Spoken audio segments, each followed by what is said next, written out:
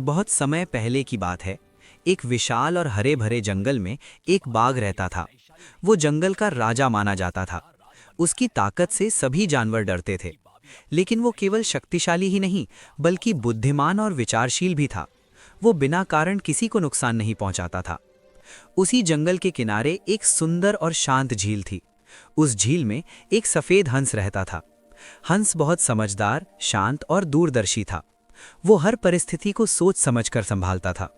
जंगल के जानवर उसे सम्मान की दृष्टि से देखते थे। एक बार जंगल में कई दिनों तक बारिश नहीं हुई। शिकार कम हो गया और बाघ को कई दिनों से भोजन नहीं मिला। भूख से परेशान होकर वो जंगल में भटकता हुआ झील के पास पहुंचा। जैसे ही उसकी नज़र झील में तैरते हंस पर पड़ी, उसकी आंखों में चमक आ गई।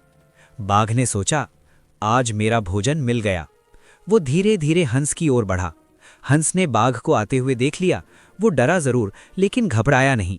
उसने शांत स्वर में कहा, महाराज, आप जंगल के राजा हैं, शक्ति आपके पास है, लेकिन क्या बिना सोचे समझे निर्णय लेना उचित होगा?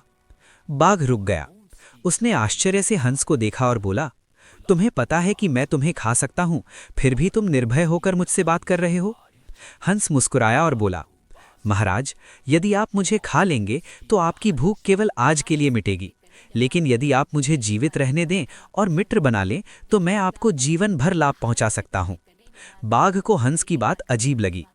उसने सोचा कि एक छोटा सा हंस उसे क्या लाभ पहुंचा सकता है। फिर भी उसकी बुद्धि ने उसे रुकने पर मजबूर किया। बाघ ने पूछा, तुम मुझे क्या लाभ दे सकते हो? हंस ने कहा, मैं ऊंचाई से बहुत दूर तक देख सकता हूं। शिकारी, लक्कड़हारे या कोई खतरा आने से पहले ही मैं आपको सचेत कर सकता हूं। इसके बदले आप मेरी और इस झील की रक्षा करेंगे। बाघ को ये बात समझ में आ गई। उसने सोचा कि ताकत के साथ साथ बुद्धि का साथ मिल जाए तो जीवन आसान हो सकता है। बाघ ने हंस की बात मान ली और कहा, आज से हम मित्र हैं, मैं तुम्हें कोई नुकसान नहीं पहुंचाऊंगा। धीरे धीरे दोनों की मित्रता गहरी हो गई। हंस समय समय पर बाघ को खतरे से आगाह करता और बाघ झील के आसपास किसी भी शिकारी को आने नहीं देता।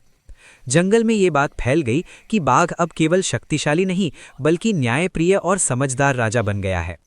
कुछ समय बाद जंगल में फिर से हरियाली लौट आई। सभी जानवर सुरक्षित और खुश रहने लगे।